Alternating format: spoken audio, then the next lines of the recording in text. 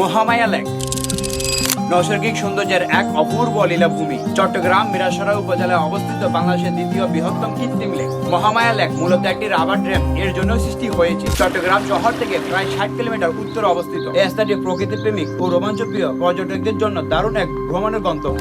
এই গাইস, আজকে আমি আপনাদেরকে নিয়ে যাচ্ছি এমন একটি ডেস্টিনেশনে যেখানে রয়েছে লেকের স্বচ্ছ জল, সবুজ পাহাড়, পাহাড়ি গুহা, কাইকিং এর ব্যবস্থা। চট্টগ্রাম মিরাসরাই মহামায়া লেক। চলুন ভিতরে প্রবেশ করি, কোথায় কি আছে এবং কি কি করতে পারবো এইসব ইনফরমেশন জানতে চাইলে আপনারা আমার ভিডিও সম্পূর্ণ দেখুন। আর চ্যানেলে যদি নতুন হয়ে থাকেন তাহলে অবশ্যই সাবস্ক্রাইব করে রাখুন। হ্যালো গাইস, আসসালামু আলাইকুম। উদ্মিয়া সারফরাজ আহমেদ হৃদয়। আশা করি আপনারা সবাই ভালো আছেন এবং আমিও আপনাদের দোয়ায় আলহামদুলিল্লাহ ভালো আছি। আজকে ভাইয়া কোথায় নিয়ে যাচ্ছে আমরা কিছু জানি না। গতকাল রাত 2টা বাজে কল দিয়ে বলতেছে কালকে ফিরে আসো কিনা। আমি বলছি ভাইয়া ফিরে আসি। তো কোথায় যাচ্ছি সম্পূর্ণ ভিডিওটা দেখতে থাকুন আর আমার সাথে থাকুন। বহদ্দারহাট থেকে সিএনজি নিয়ে চলে যায় একাখান মোড়ে। একাখান থেকে বাসে উঠে ঘুমাতে ঘুমাতে চলে যায় ঠাকুরদিঘি বাজারে। সকালবেলা যে পরিমাণে রোদ আর রোদের শেষে বৃষ্টি, গাড়ি থেকে নামতে না নামতে মুষলধারে বৃষ্টি শুরু হয়ে গেছে। সবাই এখানে অপেক্ষা করতেছে বৃষ্টি কখন শেষ হবে। বর্তমান আমি এখন আছি চট্টগ্রাম ঢাকা মহাসড়কের রাস্তায়। আর অলঙ্কার থেকে যখন বাসে চড়ি তখন আমাদেরকে নামাতে দুর্গাপুর ইউনিয়নের ঠাকুরদিঘি বাজার। রাস্তার ওই পাশ থেকে সিএনজি নিয়ে চলে যায় মহামায়া ইকো পার্কের সামনে। আর আপনারা চাইলে হেঁটে যেতে পারেন 20 মিনিটের মধ্যে। আর আপনারা যখন হেঁটে যাবেন তখন গ্রামীণ নৈসর্গিক সৌন্দর্য দেখতে পাবেন এবং পাখির কিচিমিচির আওয়াজ শুনতে পাবেন। আপনারা যদি কেউ কার বাইক নিয়ে আসেন তাহলে এই জায়গায় পার্কিং করতে পারবেন। পার্কিং এর জন্য কত টাকা আছে তাহলে আপনারা এই জিনিসটা দেখলে বুঝতে পারবেন। মহামায়া ইকো পার্কের সামনে যখন আসি দেশীয় কিছু সিজনি ফল দেখে আমরা ক্রয় করে নিই। থেকে এই পর্যন্ত শুনলাম এবং ভিডিওতে দেখলাম ডুমুর। আর আজকে ফার্স্ট টাইম নিজের চোখে ডুমুর দেখলাম এবং আমি আপনাদেরকে দেখাচ্ছি। এটা হচ্ছে যে ডুমুর।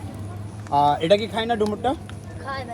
আর এটা কিভাবে খাই কাইন্ডলি আপনারা আমাকে কমেন্টে জানাবেন। চলে আসলাম মহামায়া ইকো পার্কের সামনে। আর এটা হচ্ছে যে টিকিট কাউন্টার। আর জনপ্রতি টিকিটের মূল্য হচ্ছে যে 50 টাকা। আর সবাই অপেক্ষা করতেছে ভিতরে প্রবেশ করার জন্য।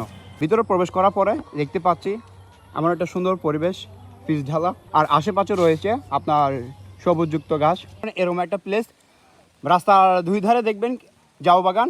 এই জিনিসটা হচ্ছে যে আপনার ফটোগ্রাফি এবং ভিডিও শ্যুট, তারপর হচ্ছে যারা আপনার ওয়াইল্ড লাইফ ফটোগ্রাফি করে, ন্যাচারাল ফটোগ্রাফি করে তাদের জন্য এই জায়গা একদম বেস্ট। মহামায়া লেকের সবচেয়ে জনপ্রিয় অ্যাডভেঞ্চার হলো কাইকিং। ইঞ্জিন চালিত বা সাধারণ নৌকায় চোরে লেকের আশেপাশে ওই ছোট পাহাড়ি গুহাগুলো ঘুরে দেখা যায়। সাধারণ প্রতি বোটে 2 জন বসতে পারে। আর প্রতি ঘন্টা ভাড়া হচ্ছে 300 টাকা। আর এখানে কাউন্টার আছে, কাউন্টার থেকে আপনি বোট ভাড়া করতে পারেন। শান্ত ও স্বচ্ছ জলে ঘুরে বেড়ানোর জন্য রয়েছে দারুণ সুযোগ। আর মহামায়া লেকের সবচেয়ে বেশি সুন্দর জায়গাটা হচ্ছে আমার কাছে এই প্লেসটা, কারণ এই প্লেসটা একদম নিরিবিলি। এই জায়গাতেই কেউ নাই। আর এই জায়গাতে বসে আপনি ভালো একটা সময় কাটাতে পারেন।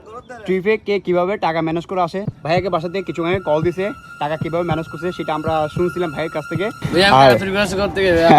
আর এই ট্রিপে সবচেয়ে বড় লিডার হচ্ছে যে ভাইয়া। ভাইয়া সবসময় আমাদের কল দেয় ট্রিপে যাওয়ার জন্য। আর সবাই কে কিভাবে টাকা ম্যানেজ করে আসে সেটাই আমরা ভালো জানি। লেকের ভিতর বেশ কিছু পাহাড়ি ঝর্ণা ও ট্রেকিং ট্রেল রয়েছে। বিশেষ করে এই লেকের রূপ বর্ষাকালে দারুণ সুন্দর দেখা যায়। বেশ কিছুক্ষণ মহামায়া এরিয়াতে রোদের মধ্যে ঘোরার পরে শরীর খুব ক্লান্ত হয়ে যায়, তাই আমরা চলে আসি এই এরিয়াতে গোসল করার জন্য। আর এটা হচ্ছে একটা ড্রাম। এই ড্রামে পানি খুব স্বচ্ছ এবং ঠান্ডা। আর আমরা গোসল করবো, দেখতেছেন সবাই ডিঙ্কু ডান্স দিচ্ছে। সো এখন শরীর ভিজাবো আর শরীরকে একটু ঠান্ডা করবো। আর শরীর যখন ভিজাবো মন এমনিতে শান্তি হয়ে যাবে আর মন থাকবে সবসময় পরিপূর্ণতা। মহামায়া লেকে আসলাম, হঠাৎ এক লাস বৃষ্টি, ভ্রমণ যেন আরো সুন্দর হয়ে উঠলো। খুব মনোমুগ্ধকর একটা ওয়েদার পাইলাম। এরকম ওয়েদার সচরাচর কেউ পায় না। আপনি যদি মহামায়া লেকে আসতে চান তাহলে আপনাকে রোদে এসে পুড়তে হবে। আর এরকম একটা ওয়েদারে এসে বৃষ্টির মধ্যে আপনাকে গোসল করতে হবে। যদি আপনি এই জায়গায় গোসল করেন তাহলে আপনার শরীর এমনিতে অনায়াসে ক্লান্ত দূর হয়ে যাবে। দেখেন গাইস কিভাবে সবাই গোসল করতেছে। গোসল শেষ করে ফেলছি এবং মাইন্ড ফ্রেশ করে ফেলছি, মনটা খুব সতেজ। কাপড় চোপড় পাল্টাবো।